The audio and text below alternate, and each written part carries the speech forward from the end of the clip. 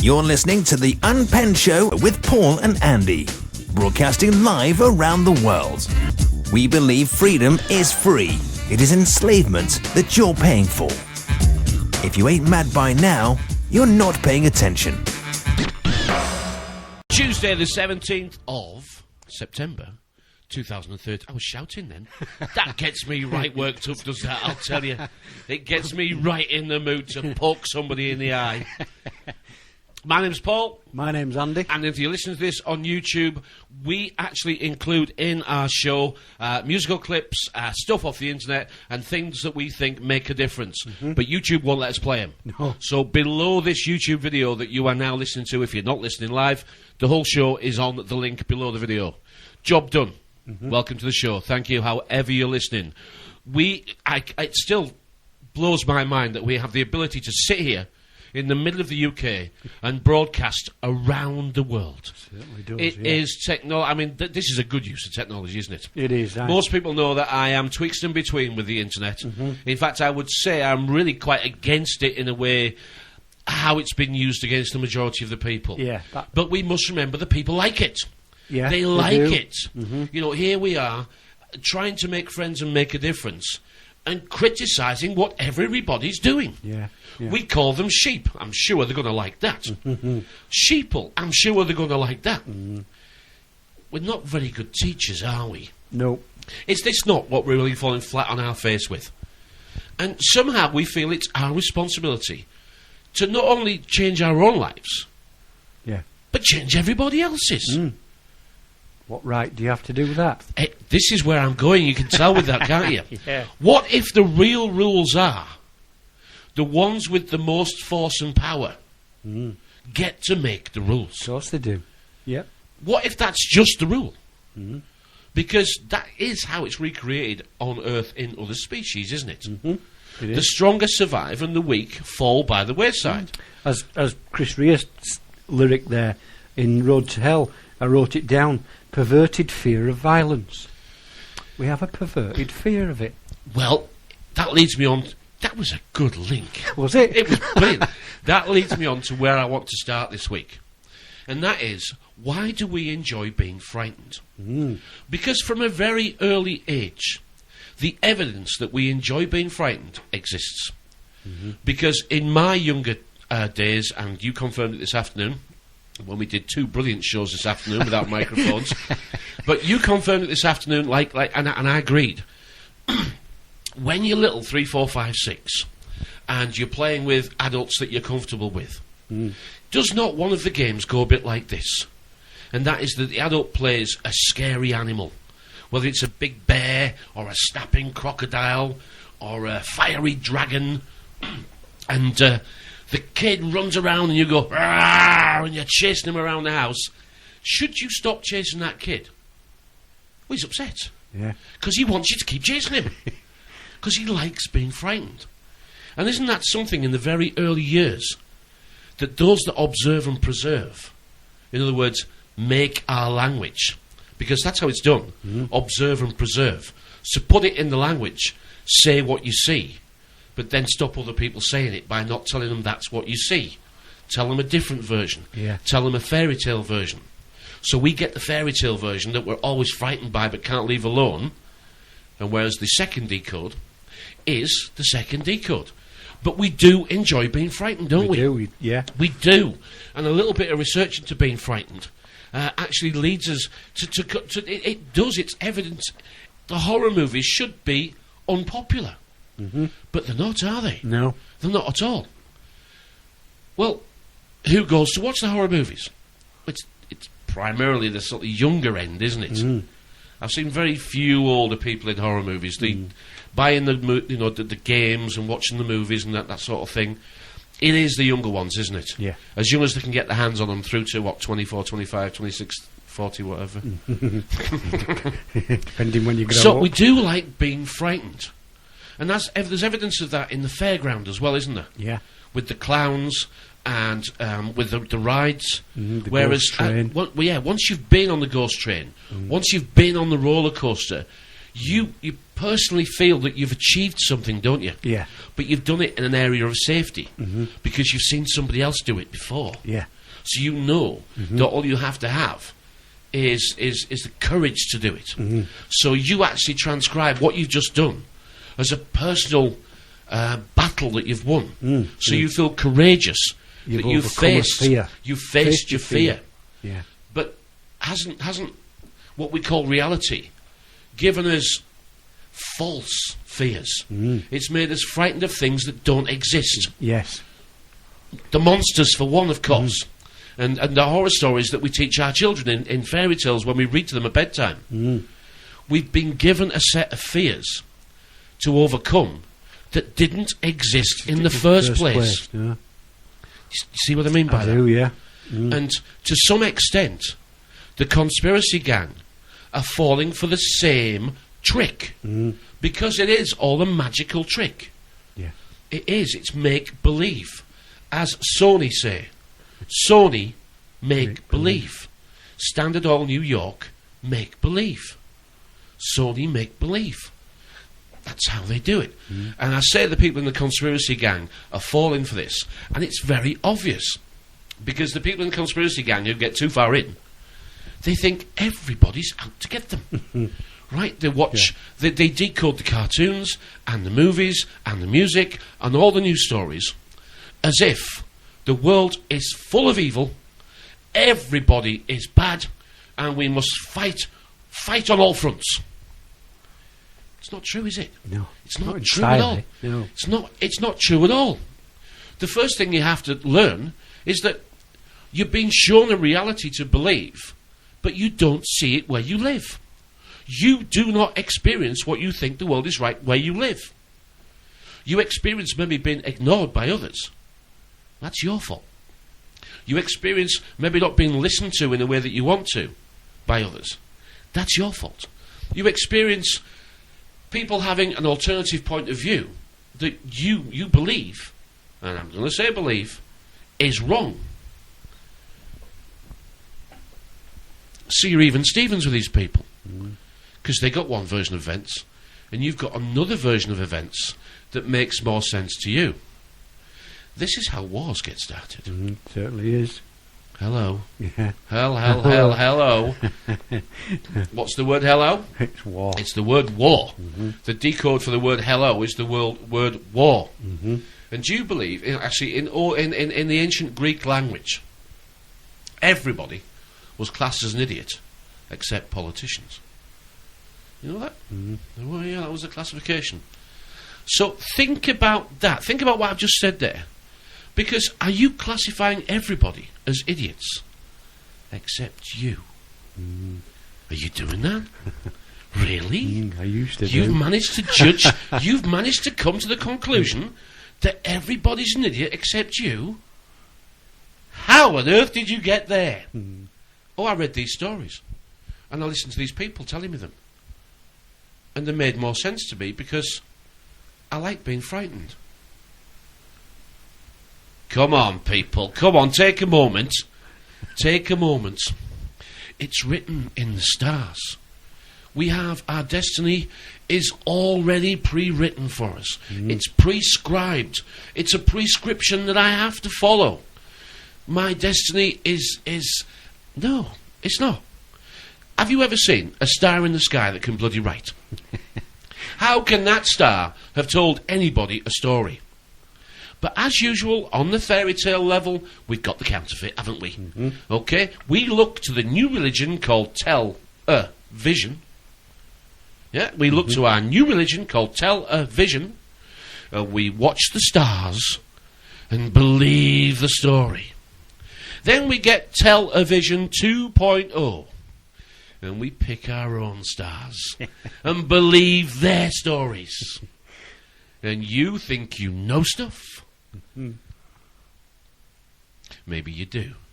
Now what are you going to do with it? Isn't this troublesome? It is, yeah. Now tell me honestly, the movies, the music, the stories and books you now read, are they, right, frightening the life out of you? This is to both of you.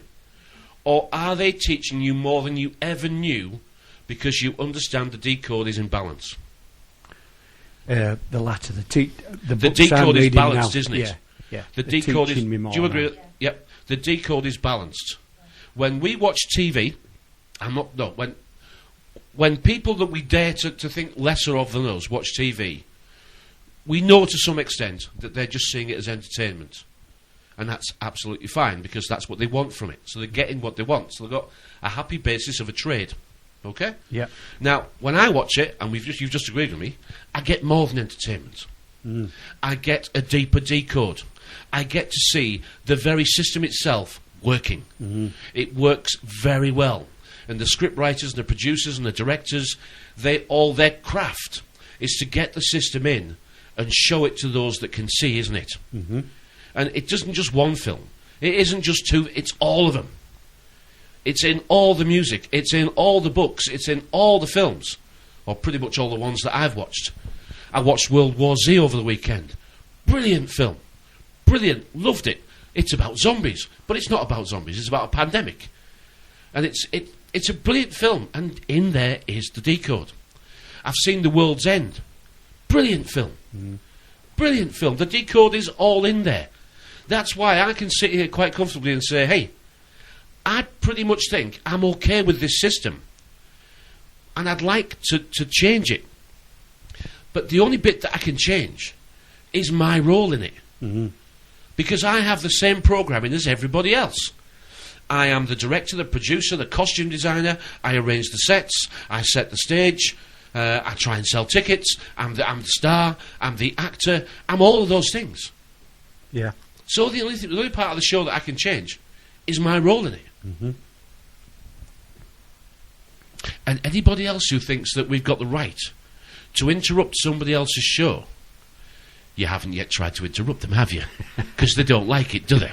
They don't like it one little bit, do they? No. You see, if you want to be popular, then you've got to make your own show popular. But you can't go around dissing everybody else's. That's not going to work, is it? No. No. Welcome to the show, everybody. Yeah, welcome.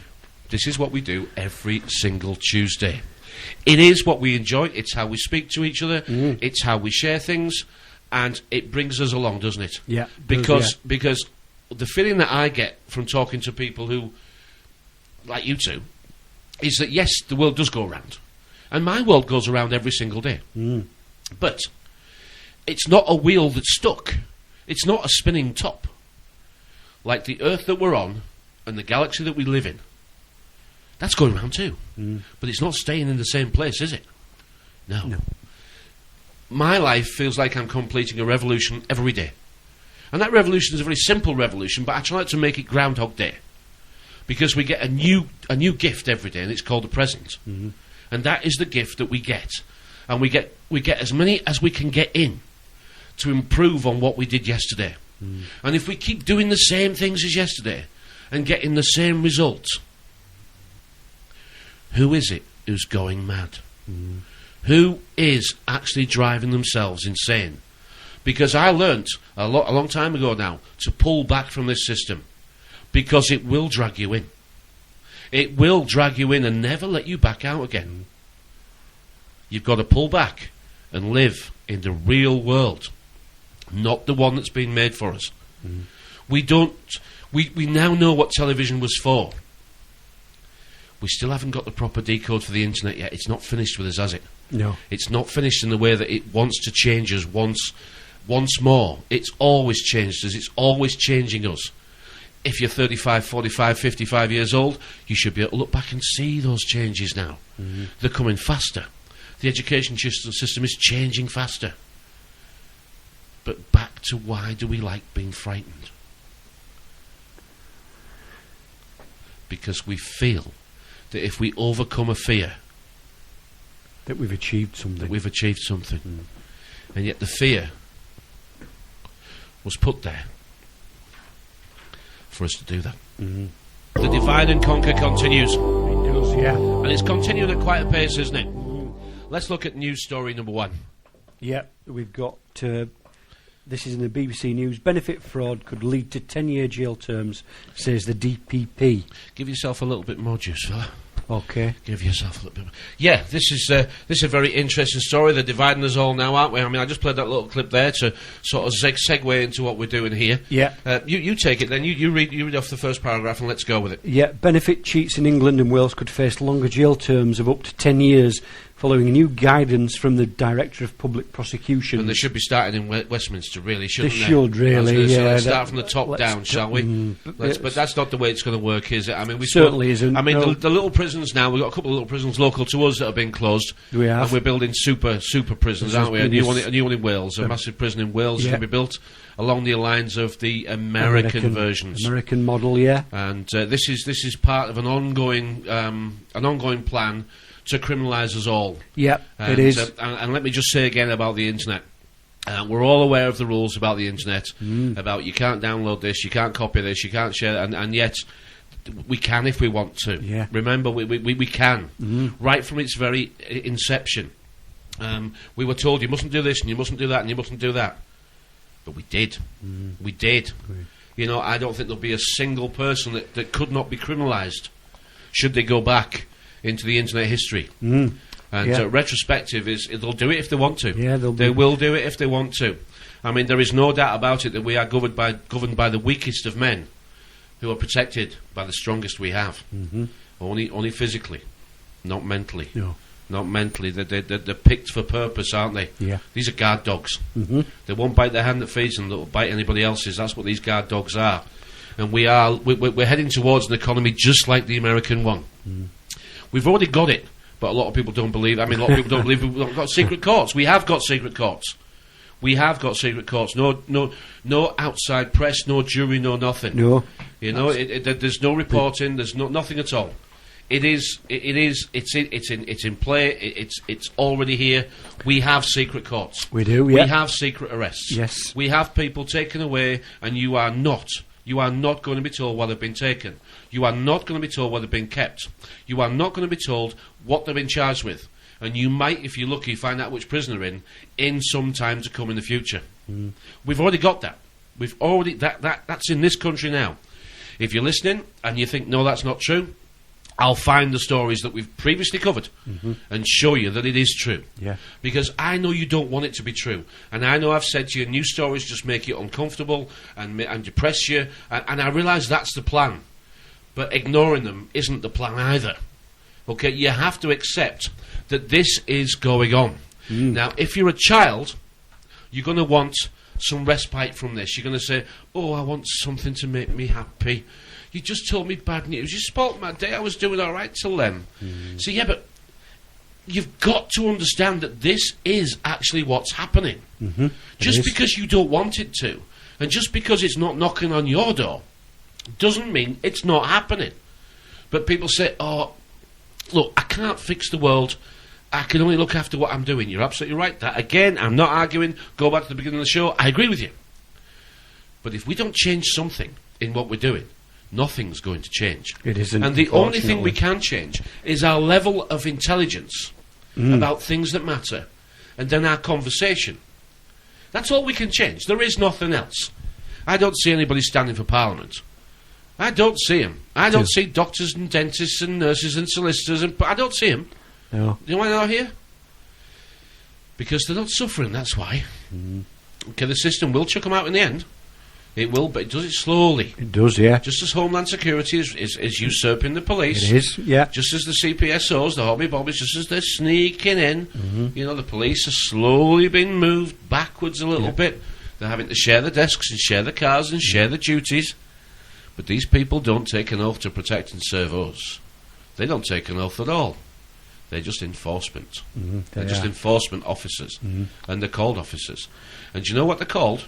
A number. Yes. You cannot know their name. No, you can't. You cannot know their name. They will tell you officer number. And that's Group 4 security. We are all going to be criminalised one way or another because that's why they keep making so many rules. The game of cat and mouse has always been cat and mouse. And it is. And we keep coming up with ways of trying to get round the rules that they give us. So they have a full-time department making rules to stop us getting round the rules they've previously made. And it does descend into madness. it does descend into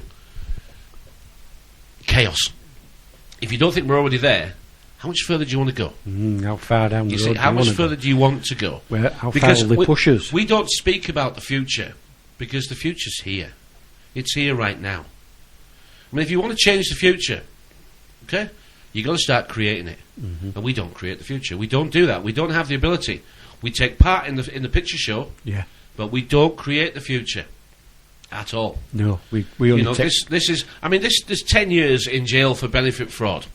All right, I'm not saying that benefit fraud's okay, but I think 10 years just could be a little bit heavy. But look at the American system, and they jail people for cannabis. Yeah. They jail people for smoking nature's plants. They jail people for minor crimes, felonies, I think they call them. Yeah. Yep. And the reason they jail them, because they're good workers. They're very good Yeah. workers. You join the chain Yeah, gang. they're very good workers. Now, we don't want the fierce, ferocious ones inside because they'll cause problems. And they're not very good workers, then. You think, no, that won't happen here. You've got your blinkers on. We're already there. Yep. You just don't see it yet. We are going down a template, a circle, a cycle that's been trod before by many generations throughout history. And all we get is the newest version of what's always been. And that's where we are today. And they always stay a little bit ahead by controlling the education and judicial system. Has it always been this corrupt? I've not been alive long enough to know really. But I think, the old adage, there's criminals and there's politicians, which is legalised criminality. Yeah. They're above the law. They are above the law. We are governed by the worst that could be. We're governed by the kids that didn't go out to play. They weren't very good at sports. And they didn't get the girls. They didn't even go to the school discos, never mind dance. And they never had motorbikes, did they? No. That's who we have governing us. The very weakest of the weak. And they're so scared. They surround themselves in security. And we can't get near them. Look in their eyes. Look at them close. Look at their eyes. They're more enslaved than we are. Because they cannot move without asking somebody what to do next. If you want to see what a slave looks like, look in their eyes. Because you'll see it around you in some people as well. We are slaves. And because we've been brought back to the beginning, which means we've been turned into children, really. We're involved in silliness and fluffy things and pretty things. And we get brought right down to, we'd rather save animals. Save the birds, save the bears, save the badgers, save the whales. We have people now. I mean, in this country, would you believe? Last year, we actually donated £20 million to save donkeys. Right. Right? £20 million to save donkeys. Now, I'm not aware that donkeys are in trouble myself. But let's not get into that, because otherwise we'll be arguing about bloody donkeys. But there is an increasing number of people, some on my fight book wall, who are promoting saving whichever animal. Now, okay, who am I to argue about what you want to save? But let's get a few things clear. In this country, 52% of adults are struggling to pay their bills. That figure's up from 35% from 2008, which means on current rates it'll be 69% at 2018. And if it goes up the same amount in another 5 years after that, then it'll be 86% in 2023. Now, at what point do you think the economy is going to actually cease? Because years ago, I used to actually believe in my little fish and chip empire of one shop, in a little housing estate. I used to believe it was my plan in business was to bankrupt my competition. I was going to be better. I was going to steal all their customers. And I was going to be the last chip shop standing. Then something occurred to me. In this way of playing Monopoly, it sounds greedy, doesn't it? But here's the thing.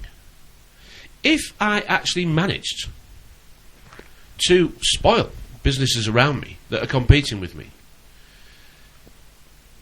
that business would close. The employment that business employed, offered to the people who worked there, would cease. And collectively in the economy that I live, there would be less for everybody to share. Now, I might be the only fish and chip shop, but if every business thought like that, then there'd only be one of each thing by the end of monopoly. Which means that the economy would no longer be. Because if you didn't work for the sole survivor, then you wouldn't work anywhere at all. Isn't that what they're doing? Yeah. Isn't that what the psychopaths want to do? They want to have one world, one government, one money system, one set of rules, and one supplier for whatever they want to supply us with, and you'll buy it whether you like it or not. How far away from that do you think we are? Close. Yeah. Gas, electric, water. They've all got different names, but the resources belong to somebody else. These companies mine the resources.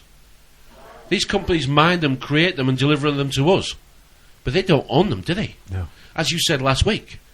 You might own your house, and you might, to some extent, own the soil that it sits on. But anything underneath it of value, it doesn't. It's not yours. No. You're not having it. It's not yours. This is a resource-based economy. Always has been, always will be. Yeah. Eventually, if they can get their plans in place, the resources will be simple. You'll be the resource, and you'll be the economy. Oh, yeah, you already are. Yeah. You already are. They call you and a eventually, human resource. eventually you're going to get a tariff. You will get a tariff. And that's all you're having. That's all you're having. Now, don't think all is lost, because all is not lost. But we have to think big and plan small. That's the key to success for me, myself personally. First of all, you've got to fix your own problems. And I started, before we actually started on Blog Talk, I did say one of the biggest things that helped me on my journey, and it took me a long time to actually discover this, was who I really was. How brave am I? How much do I really know? How much can I talk without having to refer to papers, somebody else's version, quotes, and how much of other people's language am I using to speak freely? And I realised when I first started doing Radioland, I couldn't do it. I couldn't do it. It's quite a lot, isn't it? 90% of it. You were using everybody else. Yeah. And I thought, I don't know enough.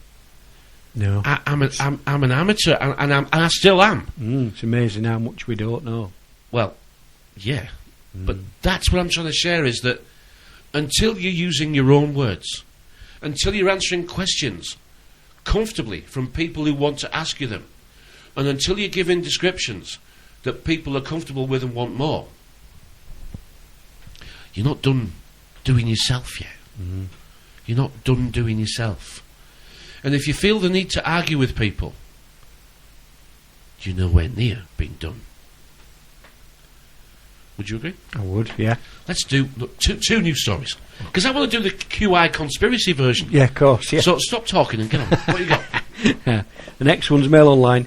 25% of couples may put off having children until their 40s or forget the idea because of worries over money. Isn't this making us different? Isn't this making us different? This actually is something that I find uncomfortable, because we are eliminating ourselves. We are. I know there are fearmongers on here who say there's going to be a biological weapons release.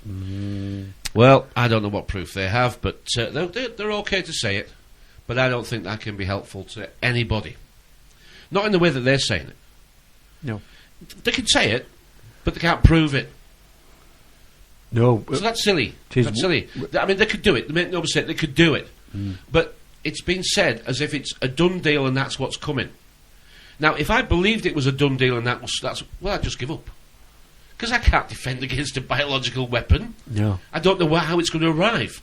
Will it arrive in my food? Will it arrive in my air? Will it arrive in my water? Or will it arrive in my vaccine? I can't defend against it. Well, of course, they're already being delivered, aren't they? Yeah. Because it's a cumulative effect. In all those forms. That's right. So I think if somebody says, look, guys and girls, they're going to, country by country, race by race, they're going to eliminate us with biological weapons, I'm sorry to tell you that, but that's the way it's going to be. That would blow the wind out of everybody's sails, wouldn't it? So people who say that, they can say it, but I don't see how it's helping when they're saying they want to help. I don't see how it's helping at all.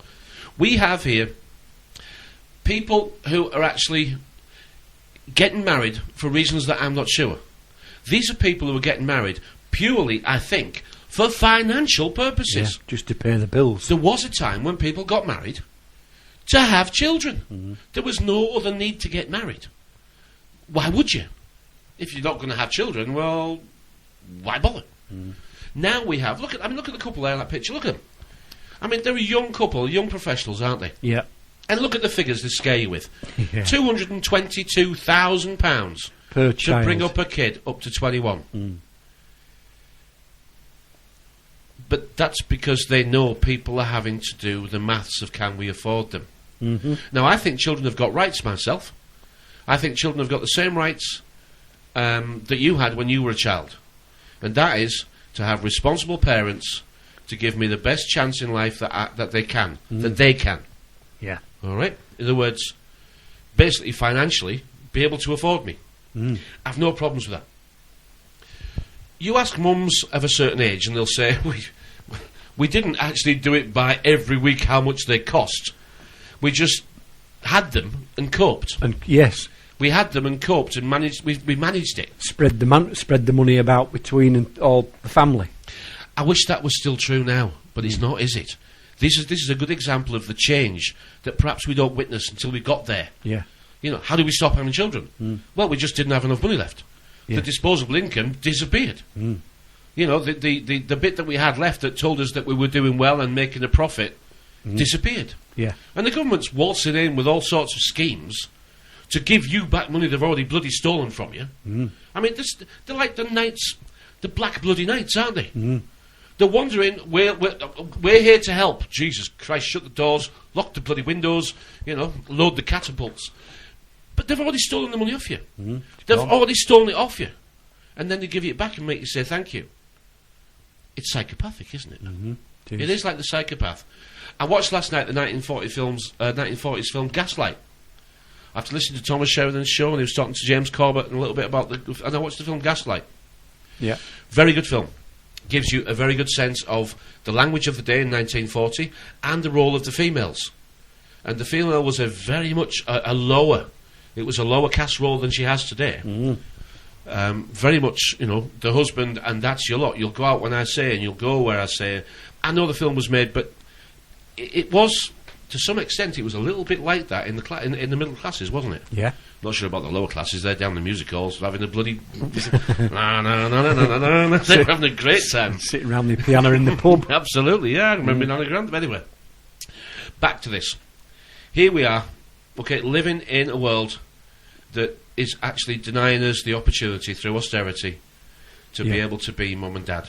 And after 30, 40 years of programming through materialism and basically judging our entire life on how bloody much money everyone's got. You know, how many times have you seen me do to somebody I've not met before? Are we equal?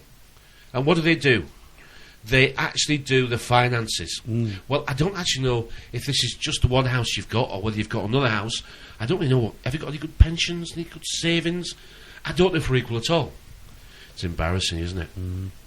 The money chase is becoming an ever more mad scramble. Yep. So we judge everything on whether we can afford it. And they make it scarcer, don't they? So you get back to the scared thing. It scares the bejesus out of you when you can afford everything. Scarred, isn't it? Yeah. Scared and bloody scarred. Just going back to having the kids. We didn't sit down and work out whether we could afford the kids when we had kids. That wasn't at the top of the list of working out whether we could afford them. It was working out whether we could afford the mortgage and whether we could afford the vehicles and things that we needed to get to work. I had a motorbike, the wife had a car. But yeah, if we'd have sat down and done those figures, would we have had children? I would have said yeah, because I wouldn't have looked at that. I said, well, that's just a statistic. Somebody's made those up. We'll get by. We'll do what we want to do. I mean, I was the youngest of 3, and all we had were hand-me-downs, and I had 2 elder sisters. but we did have hand-me-downs. I was the middle child, so I got hand-me-downs from my brother. And it was those things that you learn. But what they've done now, they've stigmatised it, haven't they? The kids want the new stuff. And they took the mickey out of the kids that had older clothes on and things. I was one of those kids that had the mickey taken out of me. The advertisers have done their job well, haven't they? They certainly have, yeah. We've always picked on those less fortunate. Kids are cruel. They are, they always pick on those less fortunate themselves, and that's because they've been brought up by their parents, who again were living hand to mouth. I mean, we do have a class system, and it is the reason it'll always exist in some form or another. We're going to be offered socialism or communism or whatever ism you want to go with, which is like, this money system appears to be so unfair now that we're going to have to come up with a new one. We're all aware that a new one will come. Whether it'll actually be a new one in that we change completely, or whether it'll be just a matter of getting it all online, and then you'll basically go online and gamble and even perhaps do some form of energy creation on here and get paid like that. Yeah. You know, I don't think there'll be a changeover like in 1971 where we handed the old stuff in. You know, we handed the old stuff in and got the new stuff. I mean, if we had the money that was handed over in 1971, which was the silver money, the gold and the silver and the copper money, which was actually the real stuff that we had then, and we handed it over for counterfeit versions of gold, silver and copper. We did. And if we had that money now, fish and chips in 1971, let's say fish and chips, I don't actually know the price, but go with me on this one.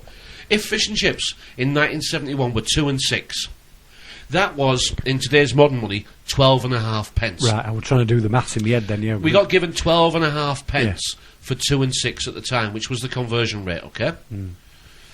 Now, those 2 coins that make up 2 and 6 in our old currency, they contain silver. And I have those coins downstairs, and I use this as an example in the shop to try and explain inflation to people. Because those 2 coins today, because of their silver content, are worth over £4. So inflation has gone mad because we don't have any value in the money now. If you came into my shop tomorrow and gave me 2 and 6, I'll give you fish and chips for it. There is an example of, so thereby there would be hardly any inflation, because they couldn't inflate something that already has value in and of itself. See what I mean? So there would be relatively no inflation if you gave me those 2 coins. But try bringing me 12.5 pence, which is what you traded for it. Yeah. Okay? I'll give you a couple of lollies out of the kid's jar. You know, the kid's lolly jar. So there is a very good example of how inflation, right, was, and it was the biggest bank robbery in history. Yeah, it certainly was. I've heard nobody talking about that before. No. I've heard nobody describing that that's what happened to us. This is it is a game of cat and mouse, the mousetrap sort of thing. And, you know, I thought to myself, it wasn't today, it was actually yesterday, I was thinking, do you know Disneyland? Disneyland is actually to trap people, and it's run by a bloody man. Well, that might be true, mightn't it? That might be true, but I played that on purpose. That's Mark Passio. That's a little excerpt of a show that we did a long time ago. Yeah. But this is very important for me, and I hope I get this across properly. If you've heard me before, or go back a little bit, you will hear me struggling with accepting the class above and below. Accepting that if we don't actually understand how this system is stacked to make us fight, it'll make us fight. And I have had trouble with it, but I always try and redeem myself by saying, but the education system did it this way on purpose. You know, I'm reading Bertrand Russell, great books. In this book, he is actually poking fingers into the middle classes. He's telling them how to bring up the kids. He's telling them the things they don't want to hear. He's telling them how the world works. And these are books that the middle class's children we're reading at university. So, even though we want to shout and bawl at the people below, and I'm saying below, I mean less fortunate than ourselves, don't shout at them all. The one thing that this system has never done, in my experience so far, and experience is very important, because you cannot learn without them. No, you can't. You can't. You have to experience it. You cannot watch somebody else. You cannot watch it. You have to experience it. You have to have a go yourself. And this being frightened comes in again, doesn't it? Because we're frightened to be different. We're frightened to stand out. We want to be one of the herd. But not H-E-A-R-D. No. We don't want to be one of those herd. No. We want to be H-E-R-D. Because what we're going to do is, in our show of life, we're going to repeat what we hear and sing it like it's ours. Hear, sing. Put it together. Rehearsal. We're rehearsing. Because we never go live with our own show, do we? No. We daren't go live. We daren't take centre stage. But we always remember the chorus line and sing with everybody else, don't we?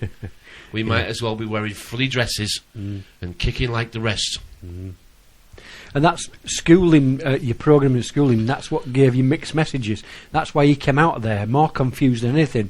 Because it told you to be different and think for yourself. And sit down and shut up. And sit down, shut up and listen to what I've got to tell you. Sit down, shut up, no talking at the back. I know everything. Yeah, and you've all got to dress the same.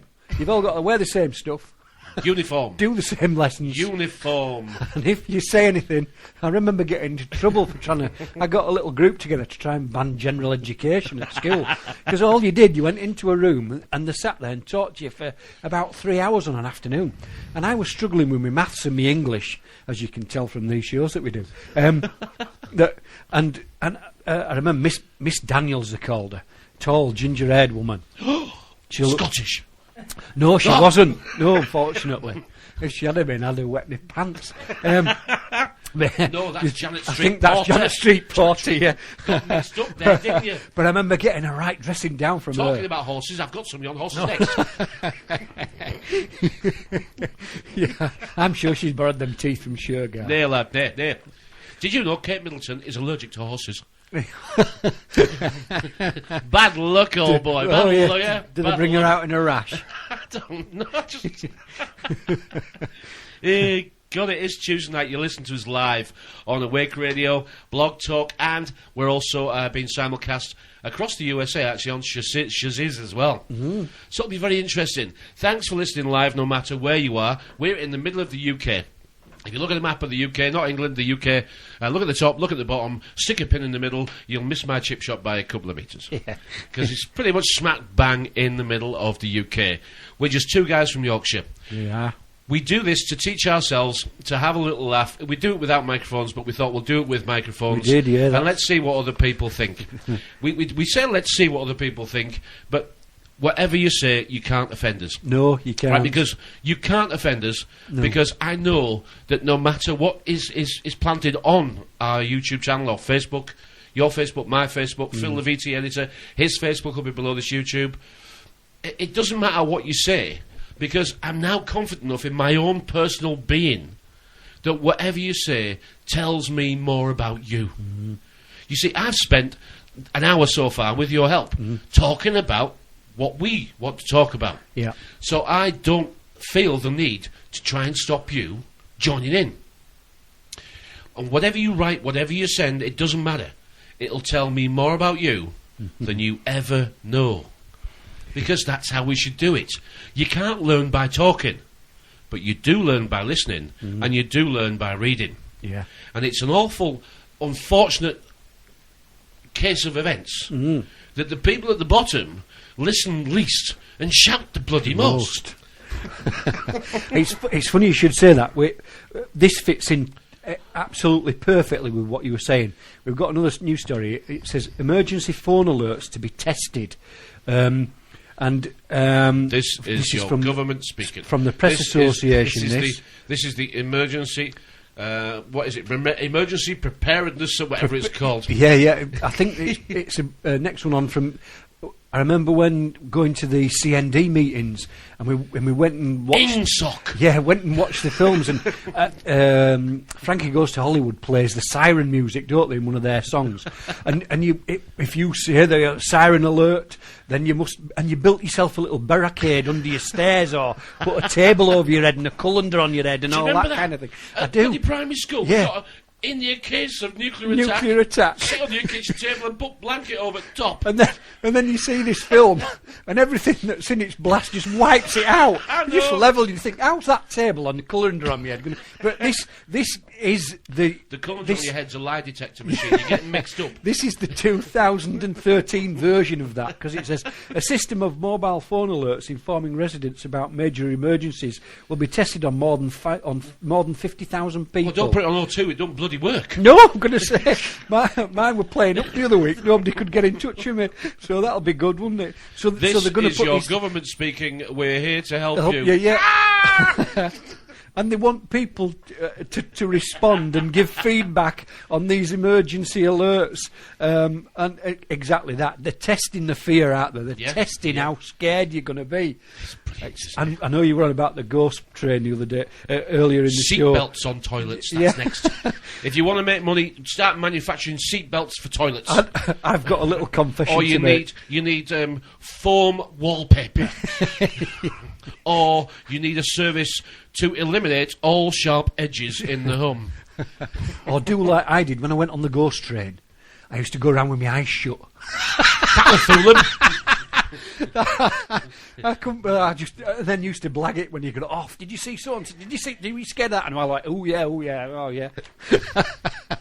So there's one way of doing it. If you don't want to see your alerts, just shut your eyes. That was a very cunning plan, Baldrick. Oh dear, we've got to have a laugh at it. But until you get to this, at one point, I would have believed that. I would have really thought that were for our benefit. Like going to the CND meetings, I thought, oh, this is for our benefit. Look where that got me. If we're allowed to do it, it won't make any bloody difference. Yeah. All right, because this is entirely scripted. Right, the whole thing is scripted in advance. Yep. They know what we're going to do before we know we're going to do it. Before we've even done it. And with this live spy, they know even more what we're going to do before we're even going to do it. Exactly. Because everything we need on this live spy system actually just turns up when we need it. Yeah. Everything. Yes. Everything. I mean, you can Twitter away to your heart's content. Yeah. Twats Twitter. You go into churches and you see sheep. Well, you see owls, and you see eagles, and you see sheep, and you see fish, and you see birds, and you see all these animals in the windows, and you think, nothing of it. Nothing of it. And yet that represents the control system that has existed your entire life. Yeah. We're in the month of September now. You know it starts with the number Sept, which is the number 7. This country spoke French for almost 300 years. It did, yes. Right, and you think to yourself, why is it start with a 7, but it's month number 9? 9, yeah. And if your kid says, how come it starts with a 7 and it's month number 10, I'll tell you the answer. I shall tell you the answer. Not that I knew it before about 6 months ago, mind the way. Do you find people do that? They'll watch a YouTube video and then ask you something, then say, thought you'd have known that, like. Thought you'd have known. And they've just bloody learnt it 5 minutes ago. But we were on the Julian calendar. And around about 1762 we moved to the Gregorian calendar. And on the Julian calendar, New Year's Day was actually 25th of March. Which fits in exactly with what we understand the stories from the stars were written on the ground by people. But the stories in the stars, right, because that is when spring starts. That's when we wake up, isn't it? When we actually awake in the calendar year is March 21st in the Northern Hemisphere. God's sun rose on the third day. That's 25th is the third day after, isn't it? Because 21-22 is the crossover, isn't it? It's over, yeah. And then, because the Jews call it the crossover, don't they? Passover. Passover, they do, don't they? Yeah. And that's the Passover, that's where the sun now crosses over the equator and starts working on us. Yeah, starts warming us up. It does, yeah. So it did start March 25th. Spring out of bed. So this change of calendar is probably just to blend this system in. Yes, it was, yeah. Probably just to blend this system that we understand as the decode now. Brought in by the Romans, by the Roman Catholics, wasn't it? Yeah, but and the Masons. Yeah. The Masons have developed this darker version of the system, haven't they? Yeah. They said they were going to. You know, who is the Illuminati? Well, those that can see. Are you a member of the illuminated ones? Well, the illuminated ones. I mean, go to your church windows. You see illuminated heads. You do, yeah. They're all over the place. They were the Illuminati of the time. Yeah, the ones that could see against the ones that profane that can't. Yeah. And the stories in the Bible about helping the blind to see. And everybody's on their knees bowing down to them. Aren't they just? What you're discovering now has been discovered and decoded by many, many millions of people before you. Yeah. Well done to you for at least getting this far. But then you've got to get to use it. You have, yeah. And I have had to really pull myself back from criticising people who halfway know this stuff. They halfway know it, but they don't know it in a way that's attractive. They spend the time arguing about things they can't prove. Now listen to me. Every single language, if you need to learn a new language, it always starts the same way. Go back to when you were 2 or 3. Go back to that circular plastic ball that you could pull in half. It was blue on one side and it was red on the other, and it had holes in it, and there was a cross, a star, a pentagon, a square, a triangle and an oval. And those shapes, the challenge was for you to put them in the right one, wasn't it? And they were yellow, weren't they? They were yellow. Yeah, they were the Lib Dem bits. Yeah, sacrifice them. Poisonous brats they are.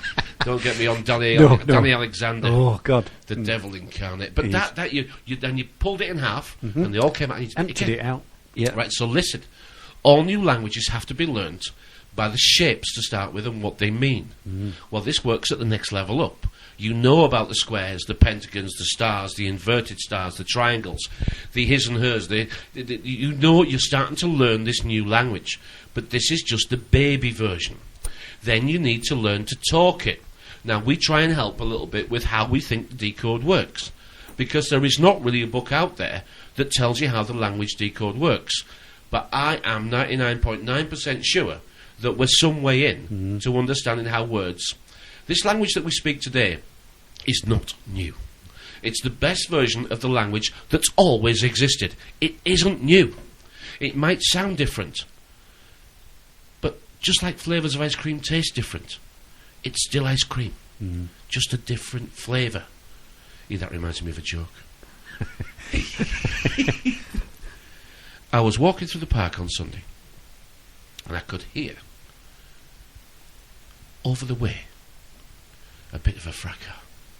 So I wandered over, and in the pond, lo and behold, was Michael Gove, David Cameron, and Ian Duncan Smith. And they were struggling. They were actually struggling to keep their heads above water. In fact, they were experiencing some severe difficulties. And I thought to myself, I wonder what flavour ice cream I'll have.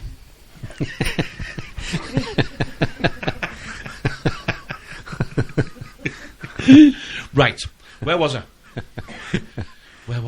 You've lost me with a joke, to be honest. I can't bloody remember. We'll have to go back and pick it up another time. Anyway, it is 6 minutes past 10. We are live on Awake, Blog Talk and Shazziz. That's cool, isn't it? Yeah. If you listen on the YouTube video and you didn't hear the first part, the entire show link is below what you're watching now. The Blog Talk link will include all the show. The cock-ups, the music, the clips, and they're all a very important part of our show because we think it actually does run together for what might help somebody along the way. We are not here, or we don't try and do this, to teach you something you didn't know. I hope everybody who's listening says, that perhaps feels, I don't think I can tell you something you didn't know. Because if I tell you something that you're interested in, you should have the feeling of remembering it. You should feel like a bit like, I can. Well, of course that fits like that. Well, of course that's an example of that. So all you're doing is adding to what you know. That's the idea. That's what we try and do, isn't it? And that's why we try and listen to other people of note to see if they can help us add to what we're doing. We haven't found a lot of those people because everybody moves along and does their own thing, and it is different to what we're doing. Yeah. And we should rejoice in that. But in some ways, not accept that we're all going to be completely different. Otherwise, at what point are we going to sort of agree that we're going to have to do something at some point? At some point in the future, we're going to have to get enough people to recognise that inaction is death. Yeah. We can talk all we want, but to do nothing else but talk, and to do nothing else but turn up day after day after day to hear talking, there is going to have to be a day when we start doing. Abracadabra, a little bit of magic from the Steve Miller Band then. Yep. Okay, it is Tuesday the 17th of September 2013. My name's Paul. My name's Andy. And we are live around the world to anybody who cares to give us the time and listen, and we're very grateful that people do that, aren't we? We are. We really, really are, because... Yeah, time's precious. Time is all you have. It is. All you have. I'm thinking of a film called In Time with one of my least favourite actors, but I enjoyed it, and I'm not embarrassed to say so. In Time. Justin Timberlake was in it.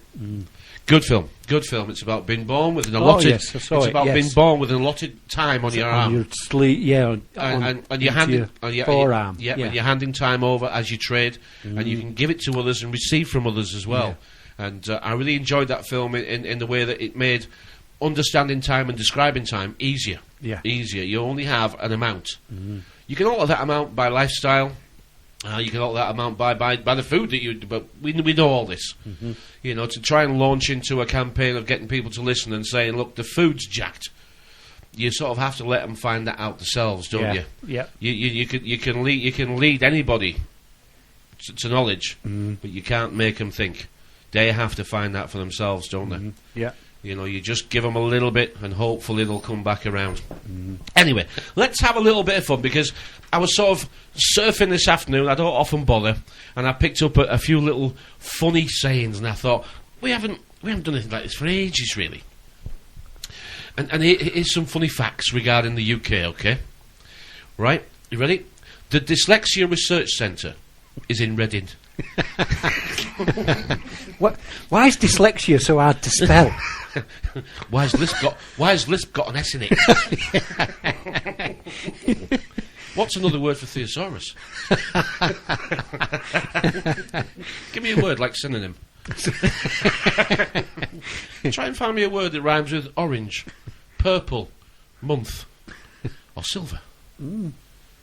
It's a strange language, isn't it? It's a strange language.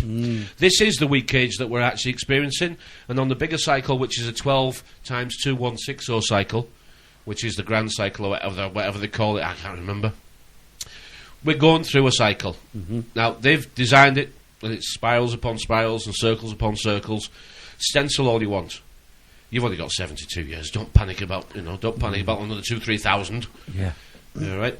Isn't our job to help our kids be more successful? Isn't that what the middle classes do? Didn't you actually sort of... Yeah. Didn't you...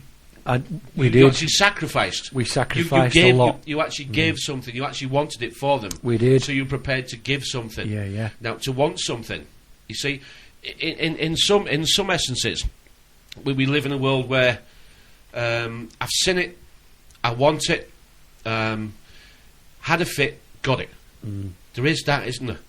You know, seen it, want it, had a fit, got it. Do you see that in children? Well, I do. I've got the fish chip shop. I mean, I see it all the time. But I see it repeated in older people. Now, you actually tried to give your kids the best start you could. Even though financially it was a push too... It was not a push too far, but you almost left yourself with nothing else. Oh, we left ourselves with nothing, really, yeah. Yeah, we put them through private education from 3 till 11. But it's made a difference, hasn't it? Because I know your two kids, although I know your son better than your daughter. But the one thing that I do get is that they're both comfortable in who they are. Yeah, it made Katie very independent. To some extent, where Karen regretted that she was so independent that she those apron strings. Yeah, she really didn't. You want the boys to let go, but you don't want the girls to let go. No, Somehow you want to keep the girls hanging on, don't you? Yeah, and but that's an old-fashioned way of thinking, you know. Yeah, yeah. It's for the girls to hang on to their mother and be mum too. But that's what guys wanted, wasn't it? Yeah, yeah. I mean, to some extent, even the old dinosaurs today, and I class myself as one. Didn't we, at some point in our younger years, look for someone who had the qualities of our mum? Yeah. The girls look for qualities of the dad. They must do. In some instances they do, don't they? Yeah. It doesn't apply to everybody, but No. that's where conversations fall to pieces at this level. Because people always try and trip you up by saying, oh, I know somebody who doesn't actually fit into what you've just said. Yeah. And that spoils it. It makes it very difficult because they then continue telling you why they don't fit in. Yeah. You see, I know that, but most people, to some extent, larger or smaller, can understand what happened there. But they just like to be bloody awkward, don't they, sometimes? Yeah. It's a bit like sitting 4 people around a table who've not met, and all these 4 people perhaps have slightly different income levels, which means that they'll actually read different newspapers, because that's how this game works. So sit 4 people around a table, and we'll call it a debate, and as long as the income brackets are slightly different, and there's a professional and a labourer and a service, whatever, and give them a news story to talk about that already exists, maybe from 2 weeks ago, you will get 4 different versions of what that news story was, what's the solution to the problem, and why they're right. Yeah. And you'll find all 4 will probably not back down. Isn't that the social faux pas when you're at a dinner party? What don't you talk about? History, religion, and politics, and money. The 4 things that control our bloody lives. So isn't that just an example of how we've been divided and conquered? The 4 things that really matter are things that we're programmed, even in higher company, to not talk about. And that fits in with the word debate, doesn't it? Debate, interesting one. The word bait. Now, the word bait, to debate. To debate is to take away. Take away. It's take away, yeah. Take away the bait. Well, then we get on to baiting your master. And then we get on to how women perhaps controlled men in the past, and how women perhaps control men, or at least servicemen, in today's modern world. And if you think I'm being rude here, I'm not. But I am telling you that there is a way this world works that perhaps we don't talk about. Women, maybe not as much now, but in years gone by, the girls didn't have the standing they have today. So their job was to find a man who they could trust, who would commit, and who was healthy and wealthy enough and responsible enough to allow them to make it into a family. The guys getting involved with the family stuff just a few years ago wasn't really... It wasn't required. Go back 30, 40, 50 years. The guys played a relatively small part in bringing up kids because mum could spend the time doing it. But you can see how it's been altered over time, where we've gone for dual income and we now live in something called debt, which was actually something to be ashamed of not so many years ago. We've managed to maintain a lifestyle that looks like we're successful, but it's all been built on illusion. It's all been built on the advertising temptation of, if you buy this, your life will be better. And it's not worked for everybody. Now, some of the people our age or a bit older have escaped it. They've got it. They bought the houses before the prices became a little unrealistic. And they've managed to get out of the death pledge. And they've made it. They've made it to the end, but only just. Only just. Too many haven't made it through financial mismanagement for some, but sometimes it's just through divorce. Through divorce. I mean, 3 people this week so far, and it's only Tuesday night time. 3 people I've spoke to who I've never met before, and 3 of them, once I've engaged them in conversation, they've talked to me about divorce. 1 just 2 weeks ago, 1 from 6 months ago who is still having World War III with his wife, and 1 a little bit longer than that who I asked how they were doing, and they said that the war had stopped and the finances were being chopped up and they were getting less than I thought. Mm-hmm. I remember those days. I remember those days. You always get less than you But think. it sounds like we're picking on the girls. We're not. We're trying to illuminate the changes. The changes Yes. of how life changes. Yeah. And why the girls... Previously, the girls had to... They had to act in such a way that was submissive to the man. Mm-hmm. And I'm not saying that's right, but that is how it was. Mm-hmm. And they would bait their master to catch him. Mm-hmm. They would. Yeah. You know? And if you want to turn that around, you'll know how they did it. Mm-hmm. You'll know how they did it, yeah? You know, am I talking about oral sex? Well, if you don't like oral sex, keep your mouth shut. Mm-hmm. Yeah. Simple as that. That's a hard one to swallow. Anyway. Well, while we've been talking, I've been writing a few bits and pieces down. I wrote debate down there. Mm-hmm. And I wrote down confirmed earlier. Because we use that quite a lot in our language and really don't know what it means, do we? No, we don't. Can you confirm that? Confirmation is something that we should look at. Mm. Confirmation is what we need Yeah. to be sure. We do, yeah. And we live in a system where fact and fiction, we don't know. We sit here with information sources all around us. Yeah. And we have no way of knowing. No way of knowing No, 'cause what is real and what is fake. it's going back to what you were saying before. We're regurgitating what we've heard, what we've read, what somebody's told us, and it isn't something we've seen or experienced ourselves. Well, there's SEEN, which means you did see. Mm. And there's SCENE, which means you did watch. Yes. Now there's a difference. There is a difference. SCENE is virtual reality, as you're being shown it. Setting the scene. Setting the scene. The only difference... Did you know, in the early 1700s, a quarter of the women in this country were named Mary. No, I didn't know that. Yeah, no. a quarter of the women in this country were named Mary, which is Mary, Marie, marry, is the word see. It's the word see. And we know, we've done this in shows before, that this language was changed to include maritime in character. Yes. The persona was created, developed, your stage name, your name for the stage, your shadow, your hue, man, was created. Your persona, your inner divided duality, which clearly says split into two, and you've been told it's one, and you have to put it back together and work out what's been done to you. Because they are talking about putting two into one, changing the duality into a singularity, and that includes you. Okay? You're going to get one control system, and you get two choices. Do as you're told, or get out. That's the way it's going to work eventually. Yeah. Eventually, that's your two choices. Will they line you up and shoot you? No, they won't. No, that's not the way it's going to work at all. Will they line you up and march you out and say, right, okay, there you go, guys. You can have that little area there. Fend for yourselves. Aye, fend for yourselves. And we'll have a bloody box of wet matches. And that'll be about your bloody lot, I'll tell you. Because we won't be able to fend for ourselves, we won't.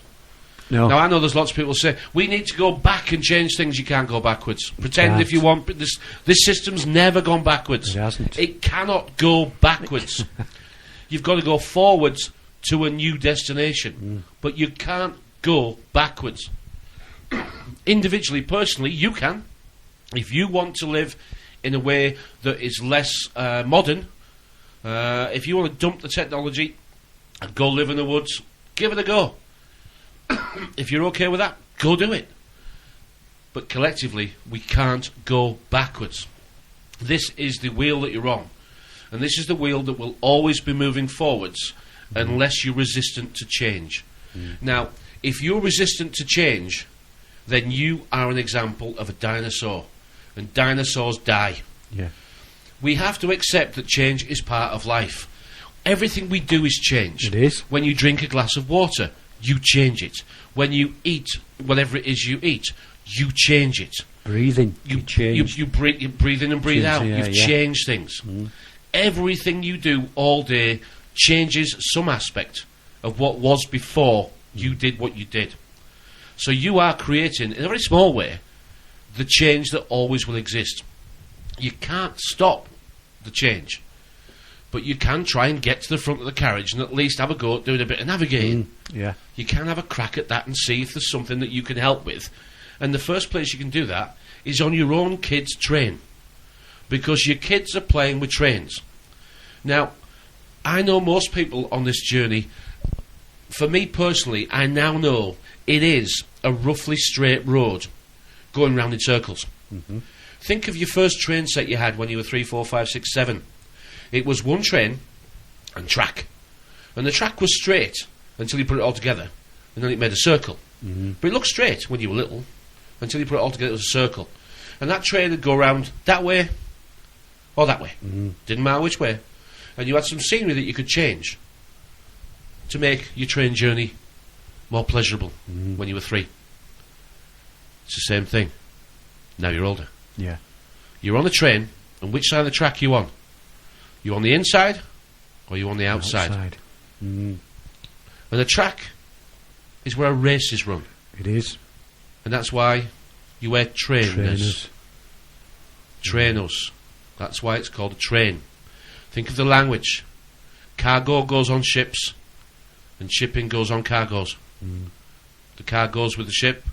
Yeah? When you ship something on land, it goes by car. It does, yeah. Carriage. Yeah? But when you want to send it by ship, it's called cargo. See, it's always round and round. Everything completes. Everything is a cycle, a circle, and if you can't connect it up, it's just that you can't connect it up. It doesn't mean that it doesn't connect. The word revenue is just to rehouse. It's to take it back home again. It's an energy system that always returns to where it started. And it's a 3-phase energy system. Like all electricity. Because we are the energy that are harvested. That's us. And it's a 3-phase system. Give it out in debt. Yeah. And we generate it. And give it back with the added interest. That's it. That's it. That's all it is. The people of the truth movement, and I don't like the truth movement now. I don't like it. No. The alternative news. Don't let me say that again. If I say that again, it'll be your fault. It will. It'll be your fault. I shall take no responsibility myself, because I have issued a rule that you must stop me. That's how governments work, innit? That's how governments work, innit? I'll have to change your train of thought. Yep. That's how governments do it, though, because they say, this has happened, and you people are responsible, so if that happens again, everybody who supports them people are responsible.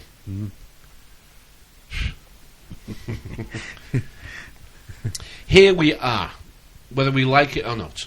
We can dress it up, or we can admit what we have. What we have is a chance. We've never been stopped. There's never been a gun stopping me learning stuff. No. The internet, the books, the TVs, the films, everything. The libraries, it's everywhere. Everything will let me improve myself. Nothing has ever stopped me except my ignorance. And you know what? There was a time when I thought I knew stuff. And now I know what I was doing.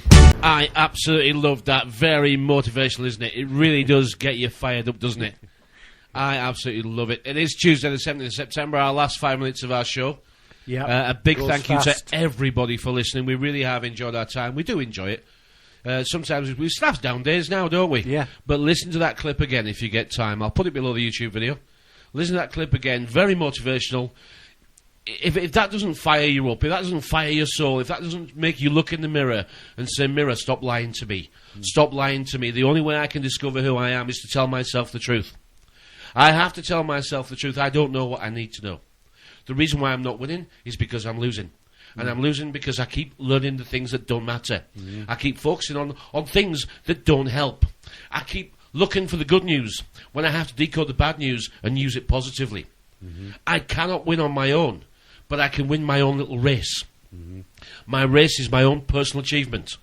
And if I am trying to run this race properly, then I can be proud of what I actually do. But if you're not doing it, if you're not doing it yourself, if you're not floating and you're not making your own decisions and making waves as you go, you're not going anywhere. No. You're not. I mean, at the end of this life, is there anything else? If anybody says there is, they're lying to you. They cannot possibly know. That is the biggest secret that we can never discover. Yeah. And I'm saying never because the world wouldn't be worth living on if we could discover it. No. There would be no need to be here if there was somewhere else to be. Is this a test? Well, it feels like a test. Yeah. Doesn't it? Yeah, it does. It feels like a test. It certainly is. And I memean, it's your personal test. It's as high as you make the fence. yeah. As high as you're prepared to climb to get over the hurdle. You want a ladder? Build a ladder. Nothing is stopping you except you. Yeah. For fear of ridicule, losing, or just not being like everybody else. If at the end of this journey, the race only represents on the gravestone the start date and the finish date, and the track was the little line between them, if that's all there is, what was the point in nailing down the coffin? Yeah. What was the point? But what if the church, religion, put into the human psyche, there was a time when we just knew we died, and we didn't wonder about anything more. We lived for the day, just like animals do. They are not in fear of dying. They just accept life, what it offers, and make the most of what it is that they have, where they have now. What if religion hijacked man himself, and with the Adam and Eve story created heaven and hell? What if religion said, if you're good, we got a ticket to the nice place, Yeah. and if you're bad, we got a one-way ticket to the bad place? What if they put into our psyche the fear of going to the bad place? Or did they just hijack what we'd already felt? Did they just hijack a knowledge and intelligence that was developing in the indigenous peoples? That you already knew. That you already knew. The right and the wrong. It only made sense if you did it this way. Yeah. And it didn't make sense if you did it that way. What happens if they just hijacked it, counterfeited it, learned to write, then learned to divide by language and denomination, and then learned to give everybody in different areas a different version of a story that they wrote, that they pretended that was made in the stars, that was destiny for all? Yeah. And what if there is something after? What if? I want to be able to answer the following 3 questions. And I want to be able to... I'm just reading the chat box. I want to be able to answer the 3 questions that I might get asked. The first question, I'm going to ask you one. Did you try and help people? I can put my hand up to that one and say yes, I did. I hope I can answer that yes, I did try. The second one. Did you love people? Did you love and try and treat the people that mattered the way that they wanted to be treated? That's work in progress, I would have said that one. And what happens if the third question is, did anybody love you? I hope they did. I want to be able to say yes to those I answers. hope they do. I want to be able to say yes. Work in progress. Yes. There is no finish line. No. This is the race, Please. and it finishes when the clock stops. And the clock stops at the time that's on your gravestone. Yeah, yeah. It is a life full of wonder, It is. but I wouldn't swap it. No. I wouldn't go back. I wouldn't try and forget what I know. No. A little clip I saw this morning, and I urge people to go and watch it. It was on RT, and it was on the Breaking the Set, and the lady there that presents that programme, I forget what her name is, she was interviewing Ramsey Clark, and he was the US Attorney General between 1967 and 69, And if you go and listen to, and they cut the interview really short to fit in with the programme. I'll try and find this. But people, it was on RT, wasn't it? It was on RT. It'll be on YouTube, wherever. Go look at it, listen to it, and I hope you get out of it what I got out of it. I won't tell you what I got out of it. No, come on. Let's go, because if we have good and evil insiders, there is a conversation that you need to have. There is. And you used to be persuaded to do it every week. It goes back to the word confirmed. Or confession. Or confession. Because what you were encouraged to do by the Catholic Church, amongst others, was to go rat on yourself to the priest. Yeah. All right? It was to go tell the priest that you'd been really naughty. Yeah. And like all naughty children, he admonished you and said, see you next week. Yeah. In other words, he gave you Saturday night to go and sow your wild oats, and then somebody come in and say sorry and pay for the privilege. Effectively, that's what the interview was with But Ramsey how Clark. many times have we sort of seen this in old men's memoirs? Yes. In old men's biographies, where even though they've lived a life of self-serving greed, even though they have achieved their position through the suffering of others, they don't know what happens next either. No, they don't. And some of them get a little scared when the chapter's finishing, don't they? That was it. That was the They get a little nervous, don't they? fear I saw. And what people do when they get scared is they try and get right with whoever they think they need to speak Their to. maker, yeah. And they will speak to whoever it is. And that is a silent conversation they'll have before their eyes close. Yeah. Because they don't know. No. They do not know. None of us know. Nobody knows. And if you're going to repent 5 minutes before you want to get in, I don't think that's the way it's going to work. No. I don't think so. You've got to have some credit. And by credit, you've got to have given the system something that you can bank on. Yeah. Okay, you've got to have banked into the system. We're not talking about money. No, we're not. We're talking about, what did you do? Did you help people? Yeah? Going back to what you were saying about them? the right and the wrong. And we're not what's talking right about and wrong. love in a way of a sweet, fluffy, buy 'em flowers and share your no. Love is trying to build people up. Is building people up to be the best that they can be. And if you see how you can help, you say, I'll love to help. You build people up. You don't make followers. That's what cults do. You make leaders. You make people who can stand on their own two feet. Your own leader. That's how you help people. Yeah. That's what you're here for. Did you love somebody? Yes. You'd helped them and you loved helping them. And have we forgotten that the best feeling in the world is actually helping somebody? Yeah. Helping somebody up. However, and they turn round and they thank you, but they thank you in such a way that without the words being said, you both know that silently that person has said thank you very much. And you heard silently, you know I can never pay you back, don't you? And you're okay with that? Okay with that, yeah. You're fine with it.